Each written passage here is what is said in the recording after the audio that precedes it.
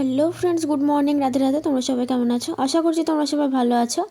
আমি অঙ্কিতা, আমার আর একটা নতুন ভিডিওতে সকলকে স্বাগত জানাই। চলো ভিডিওটা শুরু করা যাক।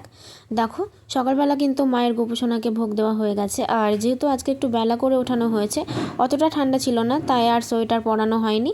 এখন মা গোপুর জায়গাটা মানে ভোগ দেওয়ার জায়গাটা পরিষ্কার করে দিল, কারণ আমাদের যেরকম করতে হয় সেরকম গোপালেরও করতে হয়, সমস্ত দেবতারই করতে হয়। তো এই যে দেখো, এখন ঘরের অবস্থা দেখো, সব কিন্তু ছড়ানো ছিটিয়ে রয়েছে।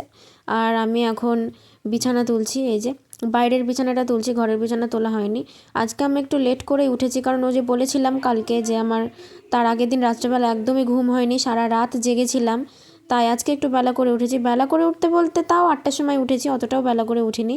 উঠে এই যে আমার যা কাজ, আমি বিছানা তুলছিলাম।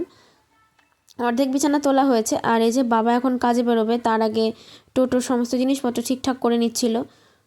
আর বাবা তো প্রত্যেক দিন টোটো, সাইকেল, যাই হোক স্কুটি পরিষ্কার করবেই। আমার সাইকেল আমি নিজেও পরিষ্কার করি না, যতটা না বাবার জিনিসের যত্ন নেয়। ওই জন্য আমার জিনিস বেশি দিন টেকে না।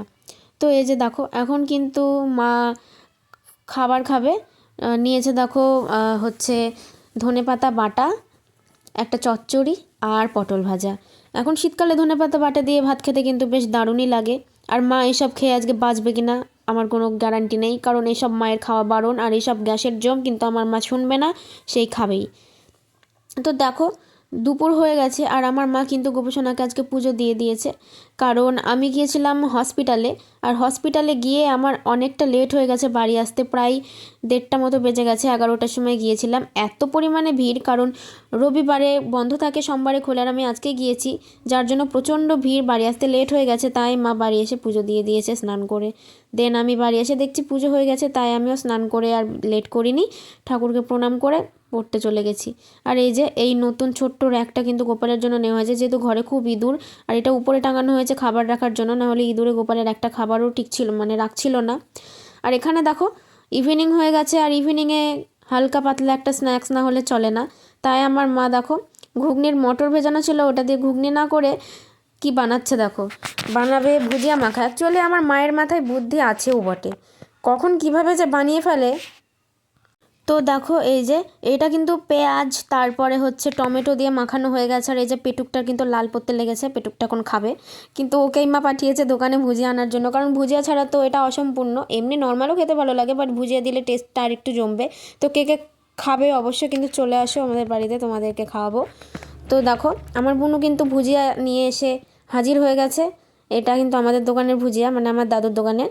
এই যে এখন ভুজিয়াটা ঢালা হচ্ছে, আর বেশ টেস্টি লাগছে। ফোনে দেখতে কিন্তু বেশি টেস্টি লাগছে, সামনে থেকে অতটা টেস্টি লাগছে না, বাট খেতেও কিন্তু দারুণ হয়েছে। আমার তো প্রচণ্ড দাঁতে যন্ত্রণা, আর আমি তো মটর খাই না, তাও আমি 1 চামচ খেয়েছিলাম। খারাপ না, ভালোই লাগছিলো। বাট ওই যে আমি মটর খাই না বললাম, ওটাই হলো ব্যাপার। কিন্তু যারা যারা এগুলো খেতে পছন্দ করো, এসব স্ন্যাক্সগুলো, তারা আমার বাড়িতে আসতে পারো, সব রকম করে খাওয়াবো, পকোড়া থেকে শুরু করে কোনো কিছুই বাদ রাখবো না। সো গাইস, কেমন লাগলো আজকের ভিডিওটা অবশ্যই জানিও। ভালো লাগলে লাইক, কমেন্ট, শেয়ার এবং সাবস্ক্রাইব করে সঙ্গে থেকো। আর আমার দাঁতে প্রচণ্ড যন্ত্রণা, আজকে আমি গিয়েছিলাম হসপিটালে। ফোনটা বাড়িতে ছিল, যার জন্য তোমাদের দেখাতে পারিনি। হসপিটাল থেকে ওষুধ নিয়ে এসে সবে মাত্র খেলাম। দুপুরবেলা গিয়েছিলাম হসপিটালে, তো দাঁতে যন্ত্রণা কমেনি। আমি তো তারপরে স্নান করে পড়তে চলে গেছিলাম। তো টিউশন থেকে আসার পর ভাত যখন খাই, মা যখন খাইয়ে দিচ্ছিল, এত পরিমাণে যন্ত্রণা, মানে আমি চিবিয়ে খেতেই পাচ্ছি না, গিলে গিলে খেতে হচ্ছে দুই সাইডের মাড়িতে। কি যে একটা বাজে অবস্থা, কিচ্ছু বলতে পারছি না। তো এখন আমি পড়তে বসেছি। এখন না, আমি বসেছি 6টার সময় পড়তে, এখনও পড়া কমপ্লিট করিনি। তো চলো, ভিডিওটা এখানে শেষ করছি। দেখা হচ্ছে নেক্সট ব্লগে। সবাই ভালো থেকো, সুস্থ থেকো, সাবধানে থেকো, টেক কেয়ার করো, বাই।